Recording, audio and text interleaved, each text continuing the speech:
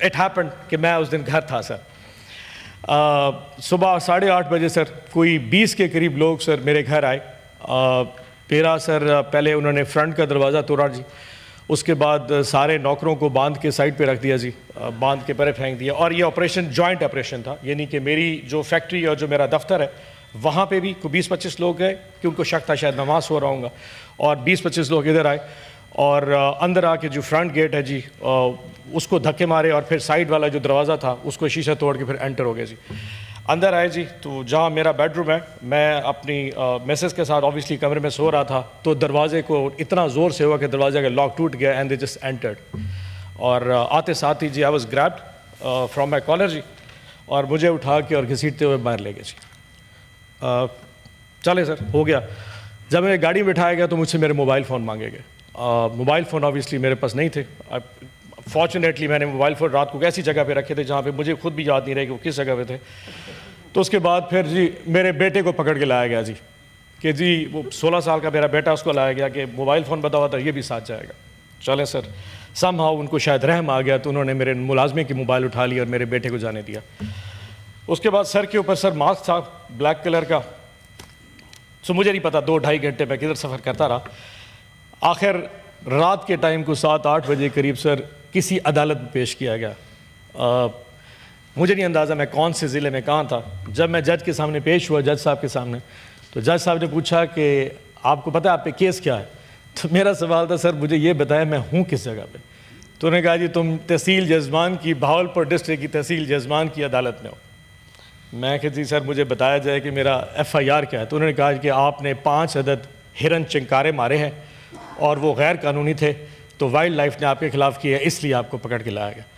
تو مجھ سے انہوں نے پوچھا کہ جی آپ کو کہاں سے اٹھایا گیا. تو میں نے کہا جی ملتان سے. تو وہ پولیس والا ساتھ تھا, تو اس نے کہا جی, ان سے پوچھا کہ تم نے کہاں سے گرفتار. اس نے کہا جی میں نے بہاولپور کی فلانی گلی سے اس کو گرفتار کیا. تو جج صاحب نے کہا پہلے صلاح کر لو کہ آپ گرفتار کہاں سے ہوئے. میں نے کہا سر یہ جو کہہ رہا ہے اس کی بات سن لیں, میری بھی سن لیں, باقی تو آپ کا. تو خیر اینی وے اس کے بعد جج صاحب نے آرڈر کر دیا, 1 دن کا جوڈیشل ریمانڈ دے دیا. جب میں تھانے میں گیا تو مجھے پتہ لگا یہ وہ تھانہ ہے سر جہاں پہ کسی زمانے میں فواد چودھری صاحب کے اوپر مسجد کی ٹوٹیاں چوری کرنے کا پرچہ کاٹا گیا تھا. یہ وہی تھانہ ہے جہاں پہ شہریار افریدی کے اوپر گندم چوری کرنے کا پرچہ کاٹا گیا. تو جب میں نے اپنا پرچہ دیکھا کہ جی میرے اوپر 5 چنکارا مارنے کا الزام ہے, تو میں نے اللہ کا شکر ادا کیا کہ چلو عزت دار پرچہ تو ہے جی کم از کم, اور کچھ نہ ہو جی. بٹ نہیں ہو سر, بات گزر گئی, رات گزر گئی, پھر 1 دن کا ریمانڈ اور دوسرے دن کا ریمانڈ, اور پھر چلتے ہوئے اچانک پھر کل رات کو تقریباً کوئی 11 بجے مجھے سوتے اٹھایا گیا کہ جی تمہارا پروڈکشن آرڈر جاری ہو گیا اور آپ نے اسلام آباد جانا. اب آپ کو اندازہ ہے کہ سر یہ جو تحصیل جزمان ہے یہ ملتان اپنا اسلام آباد سے تقریباً 9 گھنٹے دور ہے جی. تو میں نے کہا کہ جی اس وقت تو سفر میں اتنا ٹائم لگ جائے گا, اور جی آپ کو جانا پڑے گا. میں نے ان سے پوچھا کیا اعجاز چوہدری صاحب کا پروڈکشن آرڈر جاری ہوا. تو انہوں نے کہا جی ہاں جی وہ بھی سننے میں آیا کہ ٹی وی پہ چل رہا ہے کہ وہ بھی آ رہے ہیں. آئی واز ناٹ شیور, میرے پاس کوئی مینز آف کمیونیکیشن نہیں تھا. انڈر دس ایکسپیکٹیشن کہ میرا اعجاز چوہدری صاحب کا آپ نے اکٹھا سٹینڈ لیا تو ہم دونوں آ رہے ہوں گے. رات کو 11 بجے جی مجھے اٹھا کے, ویسے ہی آپ شاید حالت سے اندازہ ہو گیا کہ جس حالت میں تھا اسی طرح نکل کے آ گیا بستر میں سے. تو رات کو عدالت میں جج صاحب کے سامنے پیش کیا گیا. ان سے جو وہ راہداری ریمانڈ ہے جی وہ ان سے مانگا گیا. 1:30-2 بجے جج صاحب نے ریمانڈ دیا, اجازت دی, اور پھر سفر کر کے صبح ابھی 11 بجے سیدھا آیا, اور پھر آپ شبلی صاحب نے وہاں پہ آ کے ریسیو کیا, اور پھر آپ سے ملاقات ہو گئی. یہ ہے سر میری ٹوٹل کہانی جی. اب اس میں میرا قصور کیا تھا سر؟ قصور بڑا سمپل سا تھا کہ جی میں نے آج سے کچھ عرصہ پہلے ایک مہنگائی مہم شروع کی تھی گورنمنٹ آف پنجاب کے خلاف, اور جنوبی پنجاب کے ہر ضلع کے اندر جا کے وہ پمفلٹ بانٹے تھے کہ ہمارے دور میں کیا مہنگائی تھی اور آج کے دور میں کیا مہنگائی ہے. سر آپ کو یاد ہوگا کہ رجیم چینج جب ہوا تھا تو ہمارے خلاف سب سے بڑا الزام مہنگائی کا تھا, اور میں صرف بازاروں میں جا کے یہ پیغام دیا کرتا تھا کہ آج کے دور کی جو مہنگائی کا ڈرامہ ہے یہ اصل میں حقیقت نہیں ہے, اور مہنگائی آج پاکستان میں 3 سال کے بعد بڑھی ہے, کمی نہیں. ایک اور بھی قصور تھا سر, میں نے وفا کیا سر خان صاحب کے ساتھ, اور آئی ایم شیور اس کی ایک قیمت ہے سر, وفا کی قیمت ہے, آئی ایم شیور آپ نے بھی بھری ہوگی سر. لیکن سر ایک چیز ہے, اذان نہیں, اچھا سر وفا کی ایک قیمت ہے. تو تو آئی ایم شیور وہ میں نے ادا کی ہے, آپ نے بھی ادا کی ہوگی سر یقیناً. لیکن سر ایسی چیزیں کبھی بھی مجھے میری وفا سے ہٹا نہیں سکتے سر. میں اپنے لیڈر کے ساتھ سچا تھا, میں لیڈر کے ساتھ سچا ہوں, اور میں لیڈر کے ساتھ سچا رہوں گا سر. عمران خان میرا لیڈر ہے, وہ اس وقت جیل میں ہے, اس کے ساتھ ظلم ہو رہا ہے. بشرا بی بی جیل میں ہے, ان کے ساتھ ظلم ہو رہا ہے. اور جب تک سر میرے سانس میں سانس ہے, میں اپنے خان کا نام زندہ لے کے رہتا رہوں, عمران خان زندہ باد کرتا رہوں گا, نو میٹر آپ کتنی دفعہ مجھے گھر سے میرے بستر اٹھا کے دوبارہ گرفتار کرتے رہیں سر. یہ چیز وفا رک نہیں سکتی سر. میرا قصور یہ ہے کہ سر میرا قصور سر یہ ہے کہ میں نے اپنے اسیران کے لیے آواز بلند کی.